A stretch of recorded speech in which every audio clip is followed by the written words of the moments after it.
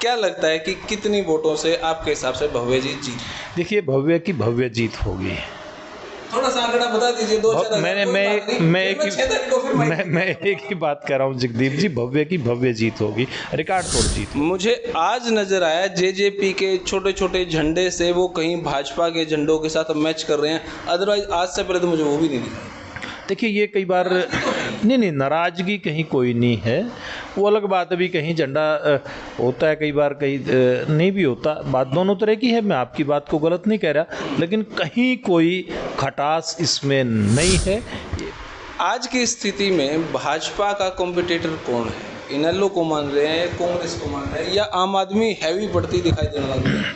देखिए, वैसे तो आदमपुर क्षेत्र की जनता ने तय करना है मुकाबला किसके साथ है, लेकिन क्योंकि कांग्रेस राष्ट्रीय पार्टी है, इसलिए निश्चित रूप से मुकाबले में एक है तो राष्ट्रीय पार्टी है, कांग्रेस पार्टी है। एक बात नोट करी है, भाजपा के 40 विधायक, मुख्यमंत्री साहब, सबके टारगेट पे सिर्फ एक हुड्डा साहब है, जेपी साहब भी नहीं है, सिर्फ हुड्डा साहब। क्या ये हुड्डा वर्सेस भाजपा है? किसने कह दिया हुड्डा साहब पे पकड़ बनाए? कांग्रेस पे है।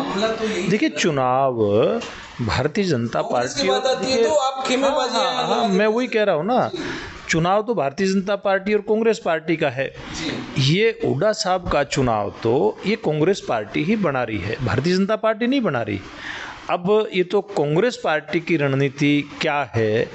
तो सारे भैया ने भाई मेरी राम राम। हमारे साथ हैं सुभाष बराला जी, और भाजपा के चाणक्य भी इन तई कया जावा है। चाणक्य पिछली बार प्रदेश अध्यक्ष थे, अब की बार अलग अलग रणनीतियों पर काम करने लग रहे हैं, और एक बड़ा चेहरा के साथ साथ मतलब रणनीतिकार भी हैं। तो सुभाष बराला जी से बात कर लेते हैं। सर नमस्कार। नमस्कार जगदीप जी। सर कैसे हैं आप? बहुत अच्छा, आप बताइए। मैं एकदम बढ़िया हूँ जी। आदमपुर का चुनाव है, ये तो छोटा सा ही सवाल है आपसे कि भाई क्या होगा, कैसे होगा। उससे पहले आजकल कुछ और मामले भी भाजपा में चल रहे हैं। जेजेपी कहीं यूं लग रहा है कि नाराज है इस आदमपुर के चुनाव को लेके भी, और बहुत सारी जगह मैंने छोटी छोटी बातों में यूं लगा कि कहीं ना कहीं तकरारनामा शुरू हो चुका है। क्या कहना चाहिए? देखिए, मेरे को तो कहीं तकरार दिखती नहीं, आपको पता नहीं क्यों दिख रही है। कुरुक्षेत्र में जो जिला परिषद का इलेक्शन है, वहाँ पे चुनाव निशान पे भाजपा लड़ रही है जी, कमल कमल कमल कमल जी। उस मीटिंग में जसपा को कहीं नहीं बुलाया गया। देखिए, ये प्रदेश स्तर पे एक फैसला हुआ था कि भारतीय जनता पार्टी प्रदेश स्तर पे जी चुनाव का फैसला कोई लड़ने का कमल के फूल पे नहीं करेगी।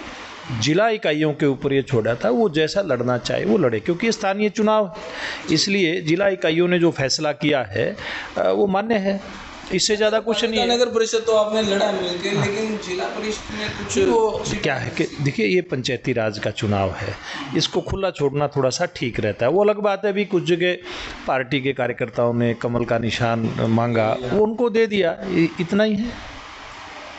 मतलब ऐसा लग नहीं रहा कि भाई 3 साल हो गए इस गठबंधन को, अब जैसे जैसे इलेक्शन पास आता जाएगा 24 का, तकरार थोड़ी सी बढ़ाते जाओगे, और एंड तक आके वो अपना चुनाव लड़ेगी, आप अपना चुनाव लड़ोगे, फिर से इकट्ठे हो जाओगे। देखिए, ऐसा कुछ नहीं है।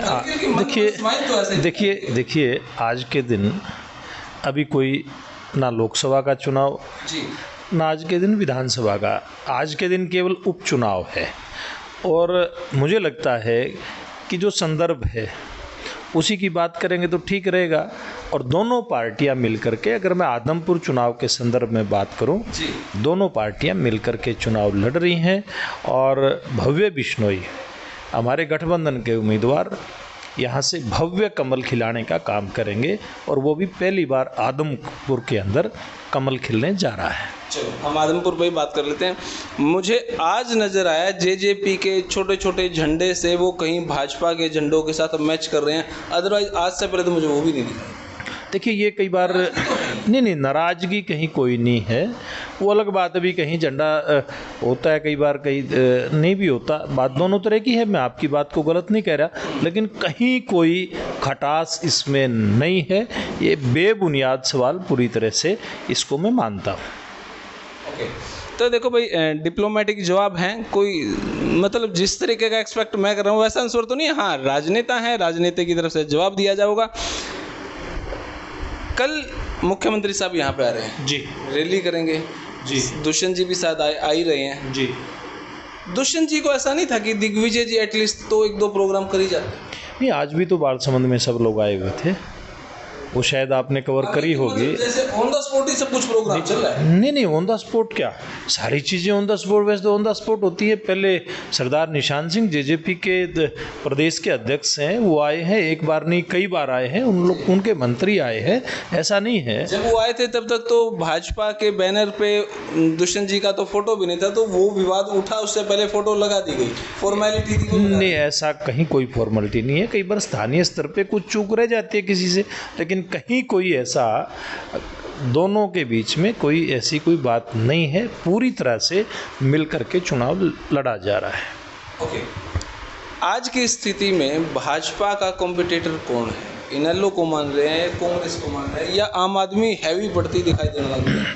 देखिए, वैसे तो आदमपुर क्षेत्र की जनता ने तय करना है मुकाबला किसके साथ है, लेकिन क्योंकि कांग्रेस राष्ट्रीय पार्टी है, इसलिए निश्चित रूप से मुकाबले में एक है तो राष्ट्रीय पार्टी है, कांग्रेस पार्टी है, और बाकी पार्टियों का हाल तो चाहे इंडियन नेशनल लोकदल पार्टी है या फिर आम आदमी पार्टी है, मेरे से ज़्यादा यहाँ की जनता जानती है और आप भी जानते हो इस बात को। तो लेकिन मामला तो यूं भी दिखाई देने लग रहा है ना, जजपा कह रहा हूँ, कांग्रेस वर्सेस भाजपा है और बिश्नोई साहब वर्सेस जेपी साहब है इकट्ठा, तो वो भी मामला मुझे दिखाई सा नहीं दे रहा। देखिए, उसको आप इसको किस तरीके से लेते हैं ये तो आपकी बात है, लेकिन चुनाव भारतीय जनता पार्टी और कांग्रेस पार्टी के बीच में है, और भारतीय जनता पार्टी के उम्मीदवार भव्य बिश्नोई हैं, और यहाँ पर जो मुकाबला है वो है काम का। यहाँ आदमपुर क्षेत्र की जनता अभी मान करके चल रही है, क्योंकि अब तो आखिरी दौर है चुनाव का, कल शाम को प्रचार बंद हो जाएगा, तो अब आदमपुर क्षेत्र की जनता ने मन बनाया है, क्योंकि हम काफ़ी दिन से घूम रहे हैं और लोगों की बातें सीधी सीधी जब लोगों से करते हैं तो आती है निकल करके। वो चाहते हैं कि जो काम है वो केंद्र में भारतीय जनता पार्टी की सरकार है, प्रदेश में भारतीय जनता पार्टी की सरकार है, तो बनी बनाई सरकार में सिर करने की बात है। और यहाँ के क्षेत्र की जो जनता है बहुत सूझवान है, वैसे तो हरियाणा की पूरी सूझवान है, लेकिन यहाँ के क्षेत्र की जनता और ज़्यादा थोड़ा सा सूझवान है, और वो अपनी समझदारी का परिचय वो 3 तारीख को देने वाली है, और बड़ी संख्या में भारतीय जनता पार्टी के उम्मीदवार को जिताने वाली है। मैंने एक बात नोट करी है, भाजपा के 40 विधायक, मुख्यमंत्री साहब, सबके टारगेट पे सिर्फ एक हुड्डा साहब है, जेपी साहब भी नहीं है, सिर्फ हुड्डा साहब। क्या ये हुड्डा वर्सेस भाजपा है? मतलब कोई जेपी का जिक्र ही नहीं कर रहा, हुड्डा। आज भी अभी भी मुख्यमंत्री जी का बयान आया कि अकेले हुड्डा साहब ही लगे हुए हैं और कोई है ही नहीं। तो क्या सिर्फ हुड्डा ही इतनी बड़ी ताकत है कि भाजपा पूरी चारों तरफ से हुड्डा साहब पे पकड़ बनाए हुए? नहीं, किसने कह दिया हुड्डा साहब पे पकड़ बनाए? कांग्रेस पे है। देखिए, चुनाव भारतीय जनता पार्टी, तो आप खेमेबाजी। हाँ, मैं वही कह रहा हूँ ना, चुनाव तो भारतीय जनता पार्टी और कांग्रेस पार्टी का है। ये हुड्डा साहब का चुनाव तो ये कांग्रेस पार्टी ही बना रही है, भारतीय जनता पार्टी नहीं बना रही।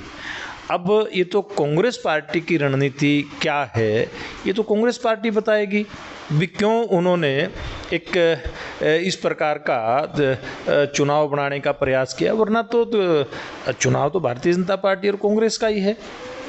ये तो आप लोगों को ही पता है, यहाँ की जनता भी इस बात को जानती है। और अब क्या है कि जैसे मैंने कहा, यहाँ का चुनाव अब इस बात के ऊपर आकर के फोकस कर रहा है कि अगला जो समय है वो सरकार के साथ जाना या विपक्ष में जाना। केंद्र में और प्रदेश में जिस पार्टी की सरकार है, ये क्षेत्र की जनता, जैसे मैंने कहा, समझदार तो हरियाणा की जनता भी है, लेकिन थोड़ी ज़्यादा समझदार है, इसलिए ये अब इनके पास मौका आया है, तो सरकार के साथ जाना पसंद कर रहे हैं लोग यहाँ के। मैं आज इनेलो के जो प्रदेश अध्यक्ष नफे सिंह राठी जी, उनसे मैं मिला, उनसे मैं बात ही कर रहा था, वो उनका एक सीधा सा सवाल है, भाई हर सभी पार्टियों प्रदेश अध्यक्ष को सिक्योरिटी मिली है, मुझे क्यों नहीं मिली?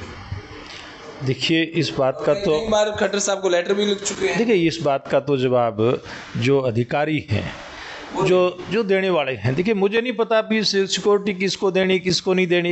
ये तो जिस व्यक्ति को सिक्योरिटी देनी है उससे अगर कोई सवाल करेंगे तो बात निकल करके आएगी। आपको क्या लगता है पर्सनली? देखिए क्या जानते हो, देखिए मैं सबको जानता हूँ, कोई मानवता के आधार पे उनको मिलनी चाहिए। देखिए कोई एक नेता कार्यकर्ता ऐसा भी होता है या कोई सामान्य व्यक्ति भी होता है, सामाजिक व्यक्ति भी होता है जिसको कई बार सिक्योरिटी की जरूरत होती है। ये तो सिक्योरिटी जिन लोगों को प्रोवाइड करवानी है वो फैसला करते हैं किसको जरूरत है किसको नहीं जरूरत। अब मैं इस बात का, मेरे को ये नहीं पता किसको जरूरत है किसको नहीं जरूरत है, मैं इसका जवाब ही नहीं दे सकता। आपसे अगर मैं पूछ लूं कि कितनी वोटों से भव्य जी जीत रहे हैं हार रहे हैं, एग्जैक्ट आप बता सकते हैं? आपके पास आ खड़े हैं, तो क्या आप नफे सिंह जी के बारे में नहीं बता सकते? देखिए मैंने मेरा जवाब दिया है जी। अच्छा, क्या लगता है कि कितनी वोटों से आपके हिसाब से भव्य जी जीत? देखिए भव्य की भव्य जीत होगी। थोड़ा सा आंकड़ा बता दीजिए। मैं एक ही बात कर रहा हूँ जगदीप जी, भव्य की भव्य जीत होगी, रिकॉर्ड तोड़ जीत होगी और पहली बार आदमपुर क्षेत्र के अंदर कमल खिलने जा रहा है। अच्छा, टोटल वोट कितनी आ जाएंगी? देखिए मैं एक बात, इसका कोई सवाल का कोई जवाब का औचित्य बनता नहीं है। मैं एक बात कह रहा हूँ, नहीं देखिए कोई डाउट नहीं है, कोई डाउट नहीं। आप शब्द मेरे मुंह में डालने का प्रयास कर रहे हैं। बहुत बहुत शुक्रिया, धन्यवाद। तो भाई ये वीडियो आपने किसी लगी कमेंट बॉक्स में राय दें, लेकिन बड़ा इंटरेस्टिंग इंटरव्यू था और जो बातें थी मैंने पूछ ली। तब तक के लिए धन्यवाद। जय हिंद, भारत माता की जय। थैंक यू भाई।